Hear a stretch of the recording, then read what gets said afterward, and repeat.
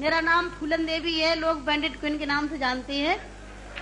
और हमें पता नहीं था कि इतना संघर्ष करने के बाद हम जिंदा रहेंगे और आज आप सबके बीच में भी पहुंचेंगे, इतना मान सम्मान भी हम पाएंगे, ये हमने कभी नहीं सोचा था।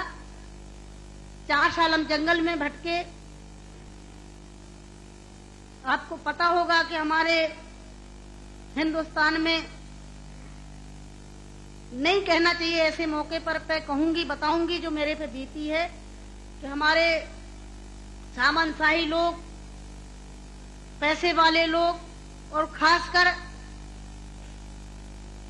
मैं जात का नाम लूंगी तो लोग कहेंगे दुबई में जाके जात पुकारी रहेगी। ऐसे ऊंची जाति के लोग जो जात पात को मानते हैं, हम जैसे गरीबों को, दलितों को, दबे कुचलों को, अल्पसंख्यकों को एकदम ये सोचते हैं जी कीड़े मकोड़े हैं, जी इंसान नहीं है। तो उन लोगों को मैंने बताया कि मैं इंसान हूं, अगर हमें तुम मारोगे तो हम भी चुप नहीं बैठेंगे, हम भी जवाब देंगे। और इसलिए मैंने कई दफे सोचा कि मैं आत्महत्या कर लूं, मर जाऊं, पर मैंने सोचा कि मरती तो हजारों लड़कियां रोज हैं। बताओ, हमें डाकू के नाम से जानते हैं लोग, डाकू, फूलन देवी डाकू। बताओ, मेरी 4 हाथ पैर हैं। कहते चम्मिल घाटी की है, चम्मिल घाटी की। चम्मिल घाटी मेरी माँ बाप है। अरे मैं माँ बाप से पैदा हुई हूँ। मेरा कसूर यही है कि मैं झोपड़ी में पैदा हुई, गरीब परिवार में पैदा हुई, दबी कुचली समाज में पैदा हुई, तो हमें जीने का अधिकार है नहीं। मेरे भाई और बहनों, मैंने कोई बुरा काम नहीं किया। मैं तो वहां भी मंच में बोलती हूँ, अब्बू भाई के साथ में तो कई सभाएं हुई हैं, बहुत बड़ी बड़ी सभाएं हुई हैं, कि मैंने कोई बुरा नहीं किया है।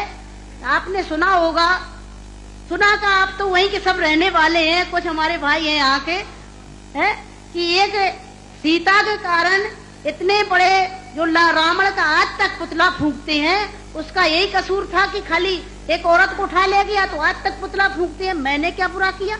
मेरे साथ भी ऐसे रावणों ने अत्याचार किया, मैंने उन रावणों को जवाब दिया। फूलन देवी वो डाकू है, डाकू है।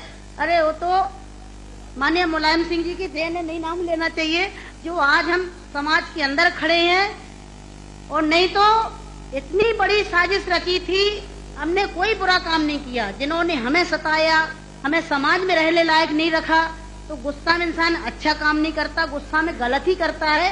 और जो कुछ भी हुआ अच्छा और बुरा सबक सिखाने के लिए कि हम जैसी बहन बेटियों के साथ अन्याय अत्याचार करोगे तो कोई भी महिला घर से बाहर न करके और अपने अधिकारों की लड़ाई लड़ने के लिए मैदान में खड़ी हो जाएगी।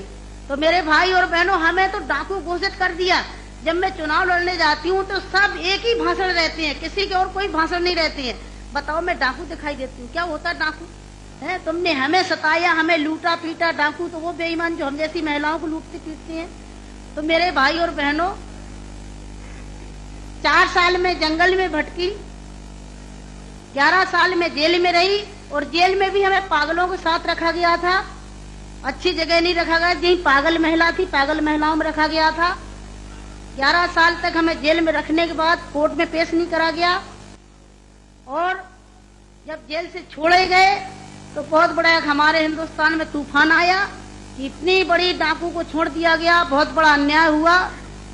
बस आप सबका प्यार था, आशीर्वाद था, कुछ ऊपर वाले की भी दुआ थी, जो आज आप सबके बीच में